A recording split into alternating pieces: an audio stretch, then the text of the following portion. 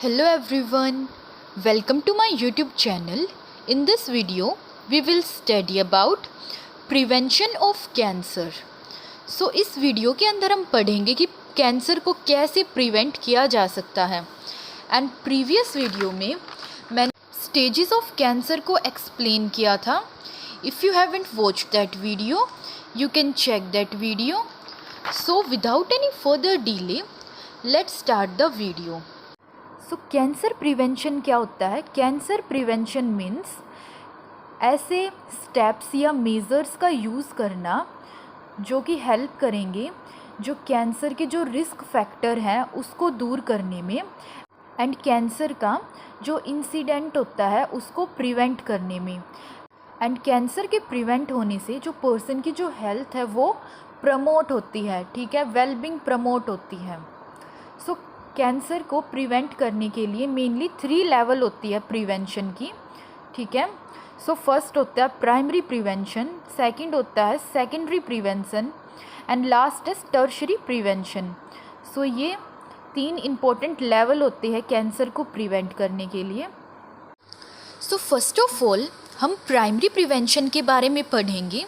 Focuses on minimising और eliminating exposure to carcinogenic agents which can be done by.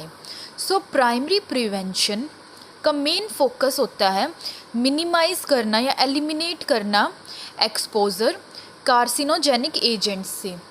So carcinogenic agents कौन से agent होते हैं? सो ये बायोलॉजिकल, केमिकल और फिज़िकल एजेंट होते हैं जो कि कैंसर कॉज करते हैं. जैसे इन्फेक्शन हो गया, यूवी रेज हो गई, ठीक है, स्मोकिंग हो गई, अल्कोहल कंजप्शन हो गया, ये सब होते हैं कार्सिनोजेनिक एजेंट. सो ये सब क्या करते हैं? कैंसर कॉज करते हैं. सो मेन फोकस किया जाता है प्राइमरी प्रिवेंशन पे कि कार्सिनोजेनिक एजेंट से एक्सपोजर ना हो, ठीक है. इस एक्सपोजर को मिनिमाइज़ करने पर फोकस किया जाता है, ठीक है, ताकि कैंसर को जल्दी प्रिवेंट किया जा सके एंड हेल्थ को प्रमोट किया जा सके एंड एक पर्सन एक वेल बीइंग वाली लाइफ को डेवलप कर सके. सो फर्स्ट स्टेप क्या होता है प्राइमरी प्रिवेंशन के अंदर? Dietary modification.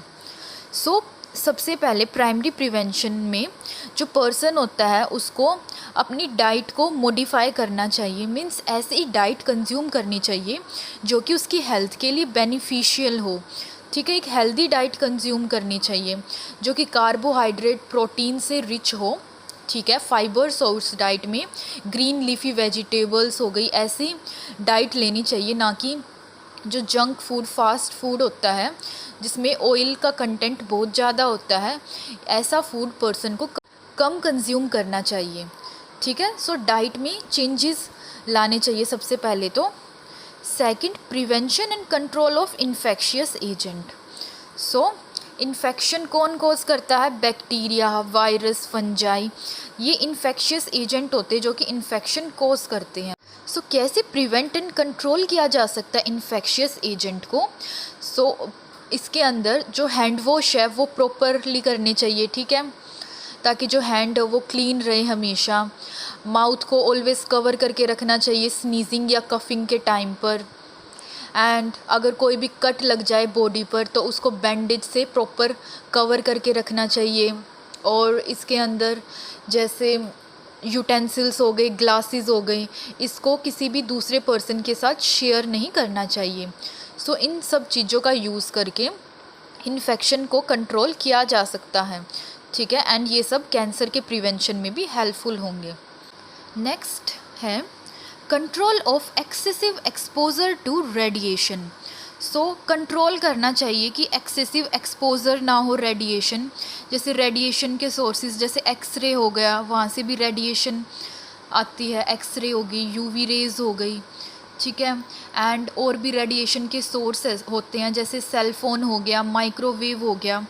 सो इन सब रेडिएशन के ज़्यादा एक्सपोजर में नहीं आना चाहिए, अदरवाइज़ क्या होता है जो टिश्यू होता है वो डैमेज हो सकता है, जो डीएनए होता है पर्सन का वो भी डैमेज हो सकता है. Next point is control of sunlight exposure. Sunlight exposure भी कंट्रोल करना है, ठीक है.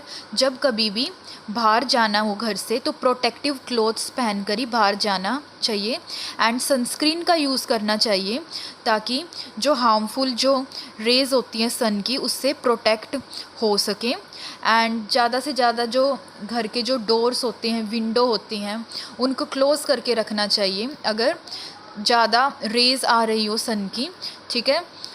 एंड सन में ज़्यादा एक्सपोज होने की वजह से स्किन कैंसर के भी चांसेस रहते हैं, ठीक है। जो पर्सन की जो हेल्थ है वो भी बहुत ज़्यादा अफेक्टेड होती है अगर एक्सेसिव एक्सपोजर हो जाए सनलाइट से। नेक्स्ट पॉइंट है कंट्रोल ऑफ केमिकल और इन्वायरमेंटल रिस्क फैक्टर। सो केमिकल और इन्वायरमेंटल रिस्क फैक्टर को कंट्रोल करने से जो कैंसर है उसको प्रिवेंट करने में हेल्प होती है। केमिकल जैसे जो पर्सन सिगरेट स्मोक करते हैं, जो सिगरेट का जो स्मोक होता है उसमें मोर देन 5000 केमिकल प्रेजेंट होते हैं जो कि पर्सन की हेल्थ को बहुत ज़्यादा अफेक्ट करते हैं, ठीक है। सो सिगरेट स्मोक को प्रिवेंट करके जो कैंसर है उसका जो रिस्क है उसको प्रिवेंट किया जा सकता है, ठीक है। नेक्स्ट जैसे environmental risk factor, air pollution हो गया। पर्सन बाहर जाता है तो एयर में बहुत ज़्यादा पोल्यूशन प्रेजेंट रहता है इन्वायरमेंट के अंदर, ठीक है। सो वो पोल्यूशन क्या करता है, पर्सन के लंग्स को बहुत ज़्यादा अफेक्ट करता है, ठीक है, जिसके कारण लंग कैंसर होने की बहुत ज़्यादा चांसेस हो सकते हैं, ठीक है। सो इन दिस वे बाहर जाना पर्सन को ज़्यादा से ज़्यादा अवॉइड करना चाहिए जो पोल्यूशन वाले एरियाज़ होते हैं मेनली वहाँ पर। नेक्स्ट पॉइंट है पर्सनल हाइजीन मेंटेनेंस। सो एक पर्सनल हाइजीन मेंटेन करके रखना चाहिए, ठीक है। क्लीनजीनेस मेंटेन करनी चाहिए पर्सन को, नीट एंड क्लीन क्लॉथ पहनने चाहिए पर्सन को, उसको उसकी बेडशीट को प्रॉपरली क्लीन करके रखना चाहिए, रूम को प्रॉपर क्लीन करना चाहिए, ठीक है। इन दिस वे जो कैंसर है उसके रिस्क फैक्टर को कम किया जा सकता है, ठीक है। इन दिस वे इन्फेक्शन भी स्प्रेड नहीं होगा एंड एक प्रॉपर हाइजीन मेंटेन हो सकेगा।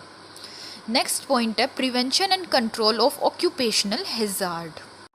जैसे बहुत सारे जो वर्कर्स हैं वो इंडस्ट्रीज़ में काम करते हैं, जो उनका वर्क प्लेस होता है, ठीक है, इंडस्ट्रीज़ में जो काम करते हैं वहाँ पर बहुत सारे केमिकल प्रेजेंट होते हैं जिनसे उनको एक्सपोज होना पड़ता है, ठीक है। वहाँ पर बहुत ज़्यादा डस्ट पार्टिकल प्रेजेंट होते हैं, ठीक है। वो सीधा जो पर्सन के जो लंग्स हैं उनको अफेक्ट करती हैं एंड बहुत ज़्यादा रिस्की होता है वो पर्सन के लिए, पर्सन की हेल्थ के लिए।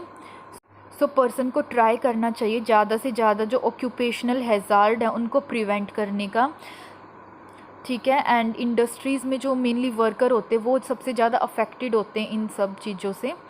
सो वो मास्क का यूज़ कर सकते हैं अपनी फेस को कवर करने के लिए ताकि डस्ट पार्टिकल से ज़्यादा एक्सपोज ना हो सके, केमिकल्स से ज़्यादा एक्सपोज ना हो सके एंड और भी अदर मेजर्स का स्टेप्स का यूज़ करना चाहिए उनको अपनी वर्क प्लेस पर, जिनसे जो कैंसर के जो रिस्क फैक्टर है उनको प्रिवेंट किया जा सके। सो ये तो था प्राइमरी प्रिवेंशन, ठीक है। नेक्स्ट है secondary prevention. So next primary prevention के बाद हम सेकेंडरी प्रिवेंशन के बारे में पढ़ेंगे। सो सेकेंडरी प्रिवेंशन में क्या आता है, means early detection and treatment of cancer. It is best achieved through effective use of screening. So इसके अंदर जो कैंसर की जो अर्ली स्टेज होती है उसके अंदर ही कैंसर को ट्रीट कर दिया जाता है। अगर कैंसर अपीयर होता है, ठीक है, अर्ली डिटेक्ट हो जाता है कैंसर तो उसको जल्दी ही ट्रीट कर दिया जाता है। सो ये बेस्ट अचीव कैसे होता है, स्क्रीनिंग। सो डिटेक्ट करने के लिए कैंसर को स्क्रीनिंग टेस्ट परफॉर्म किया जाता है। सो स्क्रीनिंग टेस्ट क्या होता है, इस टेस्ट के अंदर sign and symptom, so cancer के जो साइन एंड सिम्टम होते हैं उनके अपीयर होने से पहले ही जो पर्सन की जो बॉडी है उसको चेक किया जाता है। ये फाइंड आउट किया जाता है कि कोई एबनॉर्मल सेल या कैंसर प्रेजेंट तो नहीं है, ठीक है। अगर कोई एबनॉर्मल सेल्स मिलते हैं तो क्या होता है, जो अर्ली ट्रीटमेंट प्रोवाइड कर दिया जाता है पर्सन को उसी स्टेज में, ताकि जो वो सेल्स है, एबनॉर्मल सेल है जो, वो फर्दर ग्रोथ या मल्टीप्लाई ना हो और अदर टिश्यूज़ और ऑर्गन को अफेक्ट ना करे। सो उसी स्टेज पर उसको क्योर कर दिया जाता है। In this way secondary prevention provide की जाती है पर्सन को, अर्ली डिटेक्ट कर दिया जाता है कैंसर को। सेकेंडरी प्रिवेंशन के अंदर मेनली 3 थिंग्स को या 3 चीज़ों को ध्यान में रखा जाता है, ठीक है, या 3 स्टेप्स होते हैं मेनली, उनको देखा जाता है। First, early detection. Early detect कर दिया जाता है कैंसर को। अगर कैंसर प्रेजेंट है, कैंसर के एबनॉर्मल सेल प्रेजेंट है, तो उनको डिटेक्ट कर दिया जाता है, ठीक है, एंड डिटेक्ट करके उनको ट्रीट कर दिया जाता है ताकि वो आगे स्प्रेड ना हो। Next, early diagnosis.